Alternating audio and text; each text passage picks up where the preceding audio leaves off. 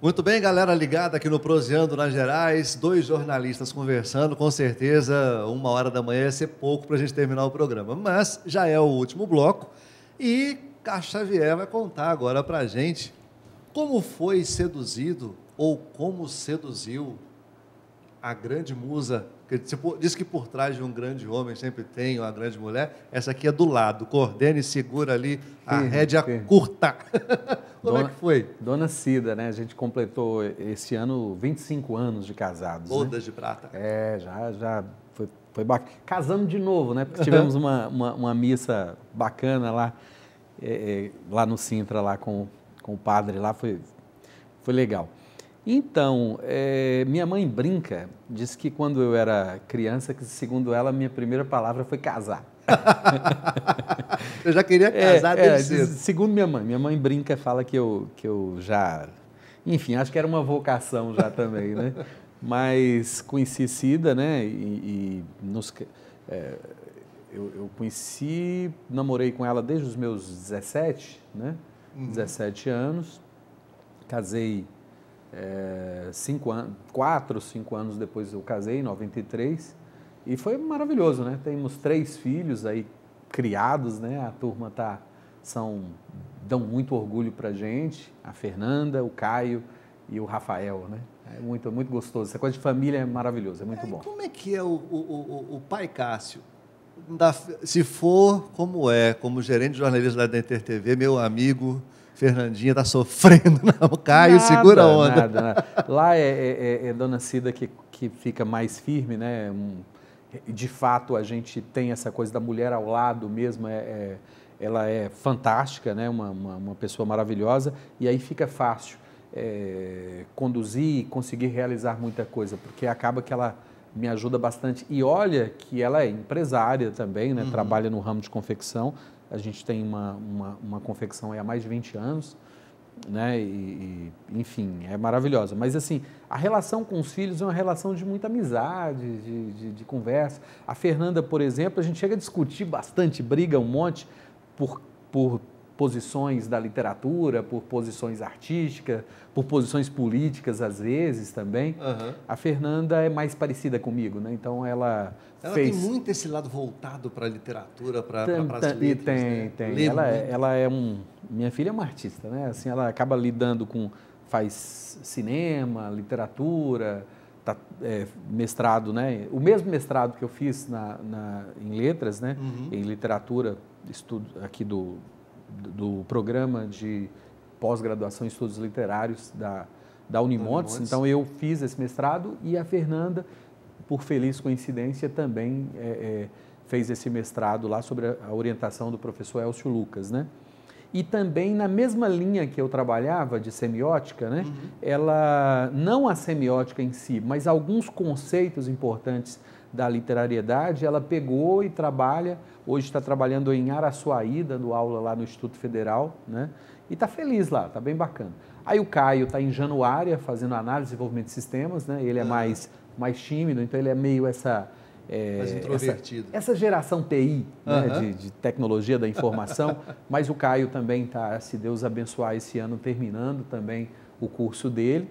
Fernanda, 24 anos, Caio, 22 anos, e vem o Rafinha com seus 16, já fez 17, cara, 17 anos, Rafael, está lá no Colégio Tiradentes ainda pensando o que vai ser da vida. Maravilha, tá vendo que em casa também tem que ter rédea curta, mas se não tiver ajuda, meu amigo, não vai. A gente sabe que a televisão toma um tempo danado da gente, porque tem que ter uma dedicação para tudo. Mas, por experiência própria, a vida de repórter também traz umas aventuras marcantes. Com certeza. Algumas coisas que você recorda aí desse tempo de rua, coisas boas, coisas impressionantes, às vezes ruins? Então, eu costumava brincar que a minha melhor reportagem sempre é a próxima, né? E eu ainda acredito que outras virão. Então, eu ainda vou, de vez em quando, deixo uma câmera no fácil lá, se bobear, vou lá e vou fazer matéria, né? Mas, de fato, na TV na TV Montes, é como se eu tivesse trabalhado em várias empresas, né? TV Montes Claros, TV Grande Minas e Inter TV Grande Minas, e com passagem pela TV Alterosa, onde fiquei 5 anos, né? Sim. 5 anos na Alterosa. Então, Diga de passagem, eu conheci Cássio na TV Alterosa. Não, muita gente até hoje lembra de mim na TV Alterosa. Foi um período muito bacana, muito prazeroso. A gente conseguiu ganhar prêmio de jornalismo, eu e o Fábio Alexandro, né? O Fabinho, né? Que maravilhoso cinegrafista. Aliás, eu costumo dizer que o bom repórter é aquele que consegue ter essa sintonia com o cinegrafista e com os editores de imagem, porque televisão é essencialmente imagem, né? Então, eu costumo dizer o seguinte, se o repórter está inspirado, está maravilhoso, bem, fez todas as perguntas direitinho, mas se o cinegrafista errou o filtro, esqueceu de gravar direito, não deu certo, aí você não tem matéria. No máximo, você vai ter um lock ali na hora, alguém falando, né? Mas você não vai ter televisão. Televisão, então, é feita por esse profissional, né? E também por quem edita o material, que tem a estética, que sabe escolher ali as imagens, né? Corretas. E é bacana de televisão é isso, porque é essencialmente equipe, né? Televisão, ela é coletiva, quer dizer, o rádio você faz sozinho, né? Agora a televisão não. Televisão você, por mais tecnológica que seja hoje, por mais que a gente tenha aí a videoreportagem forte, hoje a gente vive uma revolução tecnológica fantástica, mas ainda é essencialmente equipe. Tem o controle mestre lá para garantir a programação para pôr no ar, tem o cara da engenharia que dá a manutenção no equipamento, que pensa o sinal de transmissão. Você tem o cara do comercial que tem que vender o intervalo comercial porque tem que sustentar o custo-benefício que é o jornalismo, né? Você tem o marketing que tem que pensar também os produtos, os eventos. Você tem, enfim, televisão é essencialmente coletivo, né? E é muito legal fazer parte dessa família, porque a televisão, para ter sucesso, ela tem que reconhecer o valor de cada colaborador daquele time. Senão não ganha campeonato, não. Sem chance. É um time, realmente. Lembra aí alguma história, alguma reportagem que você te marcou? No tempo que você ainda não pensava em cargo de chefia, que era aquele de rua mesmo. Sim. Graças a Deus. Esses dias eu vi uma matéria aqui que o Geraldo postou, né, que inaugurou aí o Parque Sagarana, né? Sim. Aliás, tem muita coisa assim, né? Por exemplo, essa matéria, a gente fez a matéria quando estava lá o Soter e o filhinho dele plantando mudas. Né? E muitas situações assim, né? Tem muitas reportagens. É difícil você escolher uma, né? Foram muitas matérias importantes. Quando eu falei que a gente ganhou o prêmio de jornalismo, por exemplo, eu e o Fabinho, aqui no Brasil, estava começando a ter problema do LER, né? Lesões por esforços repetitivos.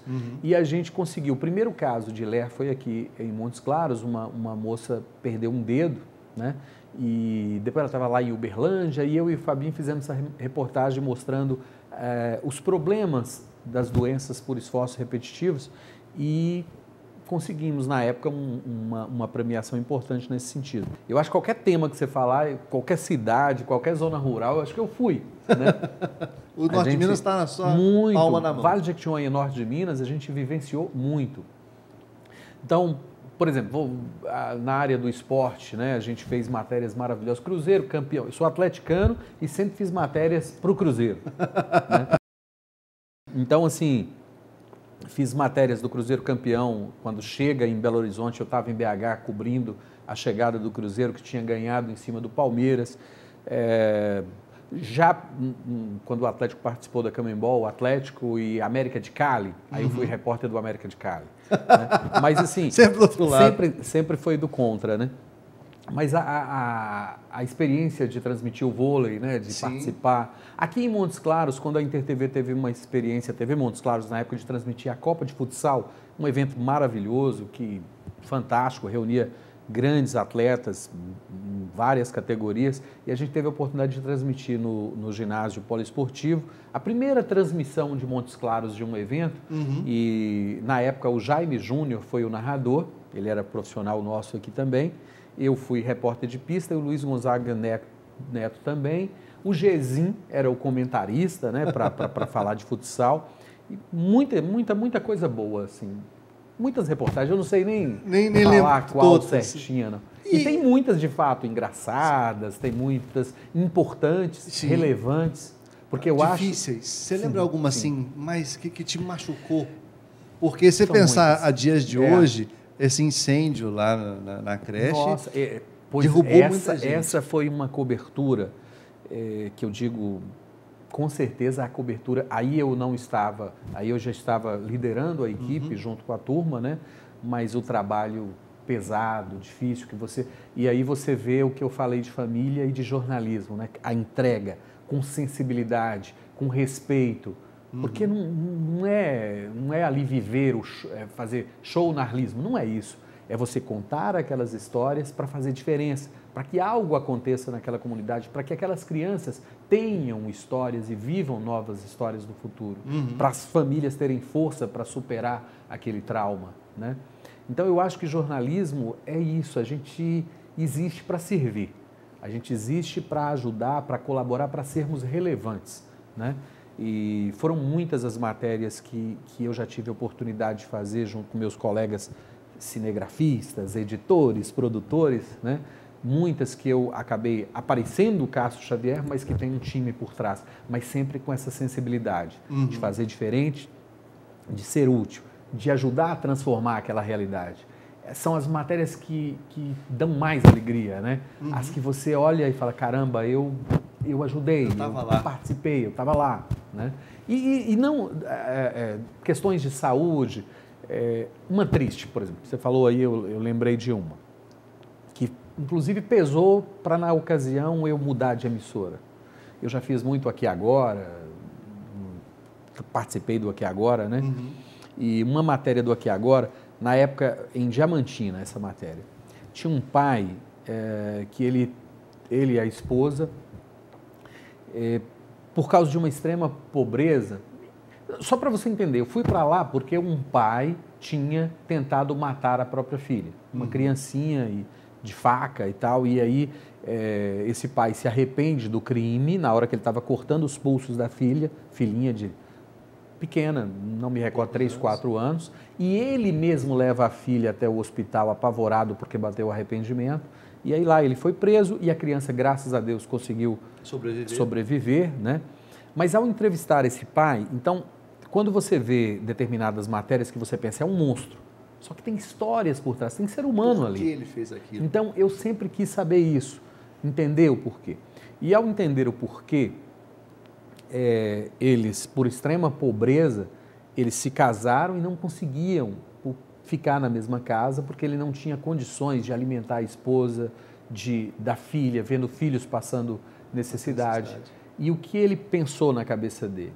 Eu vou matar minha esposa, vou matar minha filha e vou me matar. E vou acabar... Sofre. Por quê? Porque ele queria acabar com uma geração de miséria, de pobreza e de sofrimento. Ele entendia que o avô dele era pobre, o pai era pobre, ele é pobre e os filhos vão ser sempre pobres e sofrer sempre. Então, na cabeça dele, ele tinha essa... Ia quebrar essa corrente. Ao fazer a entrevista com ele, ao entender esse lado humano, eu me recordo que eu falei para o João da Mata, que era o delegado da época, João da Mata, corredor, ele era delegado da Polícia Civil, depois ele veio a ser delegado da Federal aqui em Montes Claros. Em Montes Claros não tem. Né? Mas eu comentei com ele desse episódio e, infelizmente, na cela esse senhor morreu. Isso me deu uma tristeza, é algo que eu levo para mim. Mas tem coisas boas, tem matérias, por exemplo, que você faz. Por exemplo, eu fiz uma matéria uma vez de uma criança lá em Mato Verde que nasceu, o cordão umbilical passou, ao nascer, no ventre da mãe enrolou e aí a criança não tinha braços nem perna, né? Tinha um toquinho de bracinho, tinha um pouco de braço e as perninhas não tinha, né? E aí ela falava que queria ter a perninha. E aí ao fazer essa reportagem, contar a história, me diverti um monte com essa menininha, na época, muito, um alto astral maravilhoso. Fiz uma matéria gostosa, legal contando essa história. Aí apareceram empresas que doaram para ela todas as próteses para o resto da vida. Hoje uma mulher está bem, né? Essa empresa não quis aparecer, eu acho isso bonito, isso interessante, Sim. Ajudou, mas não faz... A gente até entende que às vezes é interessante aparecer, sim, no sentido de inspirar, no sentido de provocar outros a também ajudar. Mas assim, isso foram muitos os casos. Estava vendo a Fundação Sara maravilhosa desse jeito, né? A gente participou do início, da época da Sarinha Viva, né? De quando perde, de como a dor vira amor e transforma os outros. Uma comunidade, vira esse projeto lindo aí do Álvaro, da esposa dele. Enfim, dá para eu ficar falando aqui, se for provocando, vai lembrando muito, né? Muita coisa. Mas a gente, como jornalista, tem essa missão de ajudar, mas ao mesmo tempo é testemunha da história, né? Você vai vivenciando a história. Você esteve lá. Muito bacana.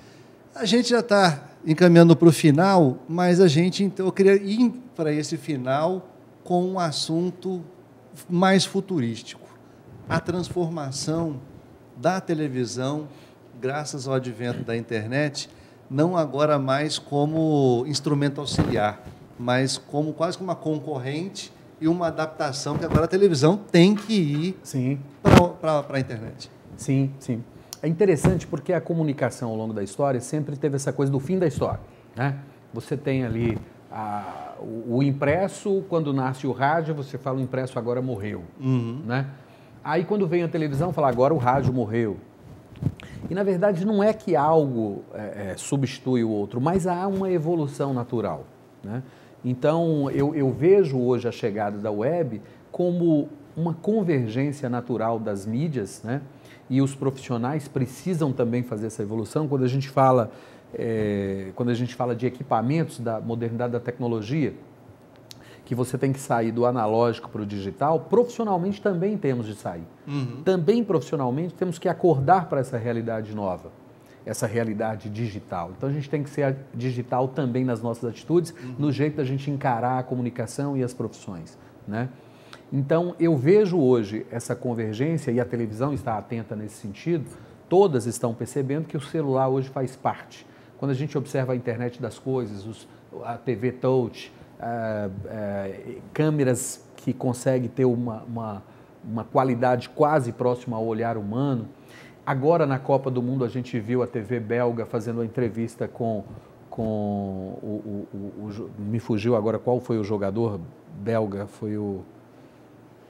Esqueci qual que foi, esqueci o profissional lá na hora.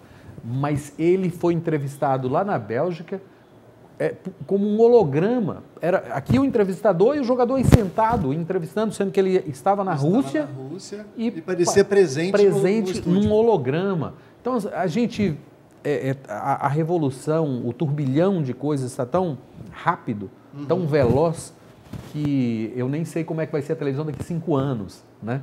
A gente tem que viver o momento, estar atento a essa revolução tecnológica, mas nunca perder a essência, que é o ser humano, que é a comunicação, que é o contar histórias. O profissional do jornalismo. Isso que faz a diferença.